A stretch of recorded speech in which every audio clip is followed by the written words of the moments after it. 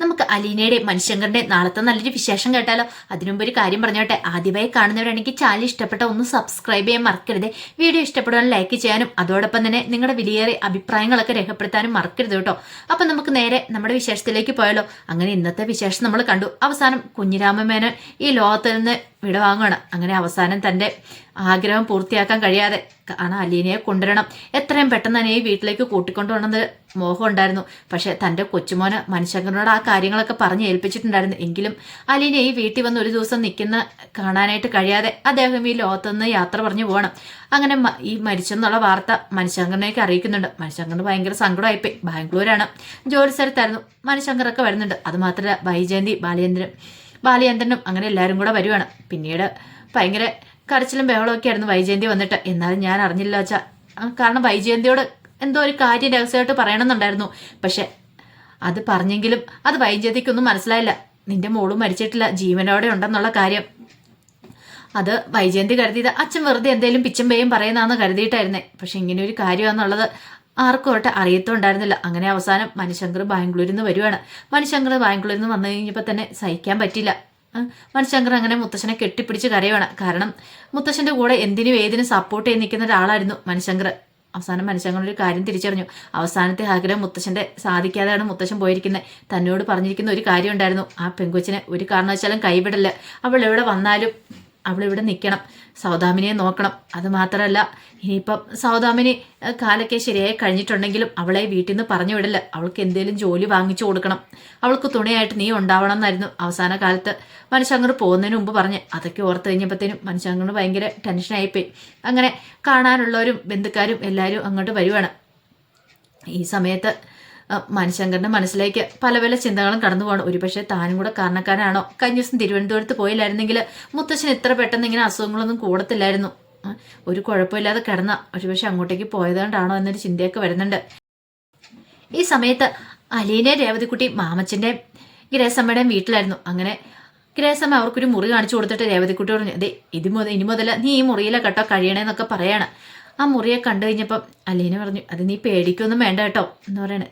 ഇത് കേട്ടപ്പോൾ രേവതിക്കുട്ടി പറഞ്ഞു, എനിക്കെന്തോ വല്ലാത്തൊരു ഭയം തോന്നുന്നുണ്ട് ചേച്ചി എന്നൊക്കെ പറയണം. ആ മുറി കൊണ്ട് ബാഗ് വെച്ചാലും രേവതിക്കുട്ടിയുടെ മനസ്സറിയാൻ വല്ലാത്തൊരു ടെൻഷനായിരുന്നു. എനിക്കിവിടെ എങ്ങനെ കഴിഞ്ഞു പോകുമെന്ന് അറിയത്തില്ല.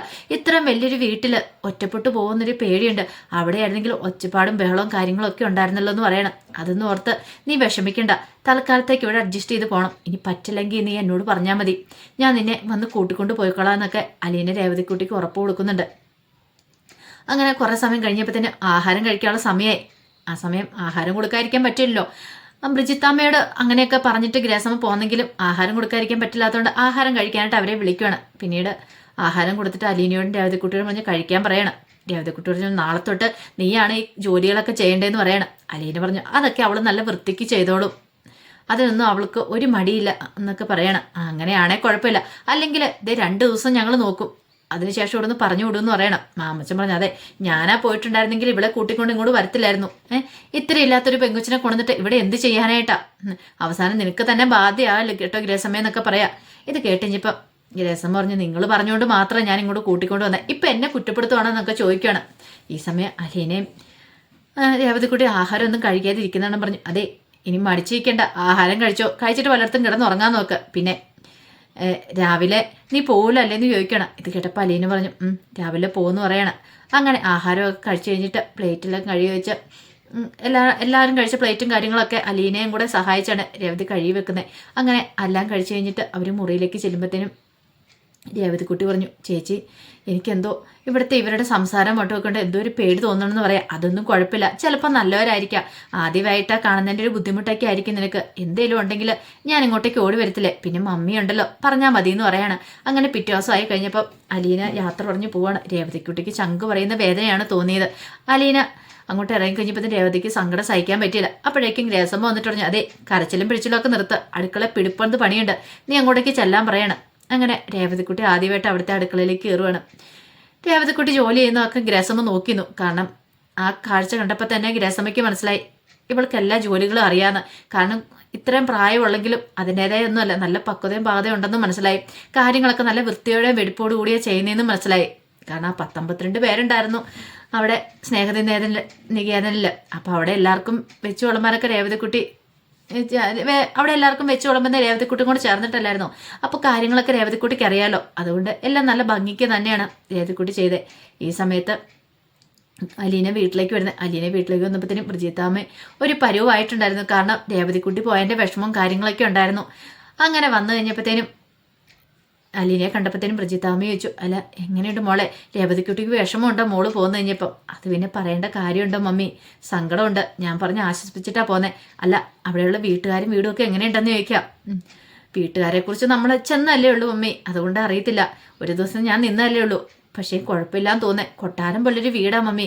പക്ഷെ രേവതിക്കുട്ടിയുടെ കാര്യം എടുത്തിട്ടാ വിഷമം വരുന്നത്. അവൾക്ക് നല്ല സങ്കടമുണ്ടെന്ന് പറയാം. സാരമില്ല, നമുക്ക് നോക്കാം. എനിക്ക് എന്തെങ്കിലും സംഭവിച്ചു പോയാലും അവളെ കൈവിടൽ കേട്ടോ എന്നൊക്കെ പറയുന്നുണ്ട്. അങ്ങനെ അവർ സംസാരിച്ചുകൊണ്ടിരിക്കുന്ന സമയത്താണ് പത്രം വായിച്ചില്ലെന്ന് ഓർത്ത്. അതെ മോൾ ആ പത്രം കൊടുത്തോണ്ട് വരാൻ പറയണം. അങ്ങനെ പിന്നീട് അലീന പോയി പത്രം എടുത്തുകൊണ്ട് വന്ന് അതിനകത്തെ പ്രധാന വാർത്തകളൊക്കെ ബ്രിജിത്താമ്മയെ ഇങ്ങനെ വായിച്ച് കേൾപ്പിച്ചുകൊണ്ടിരിക്കുക. ബ്രിജിത്താമ്മയ്ക്ക് എഴുന്നേക്കാൻ പോലും വയ്യ, തീരെ അവശതയായി പോയിട്ടുണ്ടായിരുന്നു. അപ്പോഴാണ് പിന്നെ ചരമക്കോളം കാണുന്നത്. ആ ചരമക്കോളം വെറുതെ ഇങ്ങനെ ഓടിച്ചു നോക്കുന്ന സമയത്ത് അലീന ആ കാഴ്ച കാണുന്നത്. കുഞ്ഞിരാമമ്മേനെ നിര്യാതനായി. പെട്ടെന്ന് നല്ല പരിചയം ഉണ്ടല്ലോ എന്ന് ഓർത്ത് നോക്കിക്കഴിയുമ്പോഴാണ് ഇത് കഴിഞ്ഞ ദിവസം ഇവിടെ വന്ന ആ ഒരു അച്ഛനാന്നുള്ള കാര്യം ഓർമ്മ വരുന്നത്. പിന്നീട് ബ്രിജിത്തമ്മേനെ അത് കാണിക്കുകയാണ്. അതേ മമ്മി ഇത് നോക്കിയെന്ന് പറയണം. അത് കണ്ടു കഴിഞ്ഞപ്പോഴത്തേനും ഭയങ്കര സങ്കടമായിപ്പോയി. കാരണം ഇത്ര പെട്ടെന്ന് അദ്ദേഹം മരിക്കുമെന്ന് പോലും വിചാരിച്ചില്ല. അല്ല മമ്മി ഇനിയിപ്പം നമ്മൾ എന്ത് ചെയ്യുന്നു ചോദിക്കുക. എന്ത് അല്ല അങ്ങോട്ടേക്ക് പോകണമെന്നും പറഞ്ഞല്ലേ ഇരുന്നേ? ആ അച്ഛനല്ലേ പറഞ്ഞേ എന്നെ അങ്ങോട്ടേക്ക് കൊണ്ടുവന്ന് വിട്ടേക്കാനായിട്ട്. ഇനിയിപ്പോൾ എന്ത് ചെയ്യുമെന്ന് ചോദിക്കുക.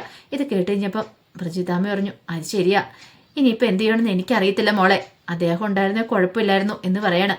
നിന്നെയും കൂടെ അവിടെ ഒന്ന് ഏൽപ്പിച്ചിട്ട് എനിക്ക് മരിച്ചാലും കുഴപ്പമില്ലായിരുന്നു. ഇനി നിന്റെ കാര്യം മാത്രമല്ലേ ഞാൻ നോക്കാനുള്ളതെന്ന് പറയണം. ഇത് കേട്ട് കഴിഞ്ഞപ്പോൾ അലീന പറഞ്ഞു, അതിനെന്താ മമ്മി, ഞാൻ അങ്ങോട്ട് പോകുന്നേ അവിടെ ഒരു ഹോം നേഴ്സിനെ വേണ്ടാഞ്ഞിട്ടല്ലേ അങ്ങോട്ടേക്ക് പോന്നേ. അവിടെ ഏതോ ഒരു വയ്യാത്ത അമ്മ കിടപ്പുണ്ടെന്നല്ലേ പറഞ്ഞേ, അവരെ നോക്കാൻ വേണ്ടിയല്ലേ പോന്നേ. അപ്പോൾ അവർക്ക് കാര്യങ്ങളൊക്കെ അറിയാലോ, അവരെന്നെ വിളിക്കുമായിരിക്കും എന്ന് പറയണം. ഇത് കേട്ട ബ്രിജിത്താമ്മ പറഞ്ഞു, വിളിക്കില്ല, മോളുടെ കാര്യമൊന്നും അവിടെ ആർക്കും അറിയത്തില്ലോ എന്ന് പറയണേ. അറിയത്തില്ലേ? അതെന്താ മമ്മി, അപ്പോൾ അവരൊന്നും അറിയത്തില്ലാതെയാണ് എന്നെ അങ്ങോട്ടേക്ക് പറഞ്ഞു വിടുന്നതെന്ന് ചോദിക്കണം. ഇത് കേട്ട ബ്രിജിത്താമ്മ പറഞ്ഞു, അതങ്ങനെയല്ല മോളെ, ഇപ്പം ഈ മരിച്ച കുഞ്ഞിരാമ മേനോൻ്റെ ഭാര്യയാണ് വയ്യാതെ കിടക്കുന്നത്. അപ്പം അവരെ നോക്കാൻ വേണ്ടിയിട്ടായിരുന്നു പറയണം. ഇത് കേട്ടപ്പം ഭയങ്കര സങ്കടമായി അലീനയ്ക്ക്. അപ്പം ഇനിയിപ്പോൾ എന്ത് ചെയ്യും മമ്മീന്ന് ചോദിക്കുക. സാരമില്ല, ഇനിയിപ്പോൾ അദ്ദേഹം മരിച്ചു പോയതുകൊണ്ട് മോളെ വിളിക്കാനായിട്ട് ഇനിയിപ്പോൾ ആരും വരുമെന്ന് എനിക്ക് തോന്നില്ല എന്ന് പറയണം.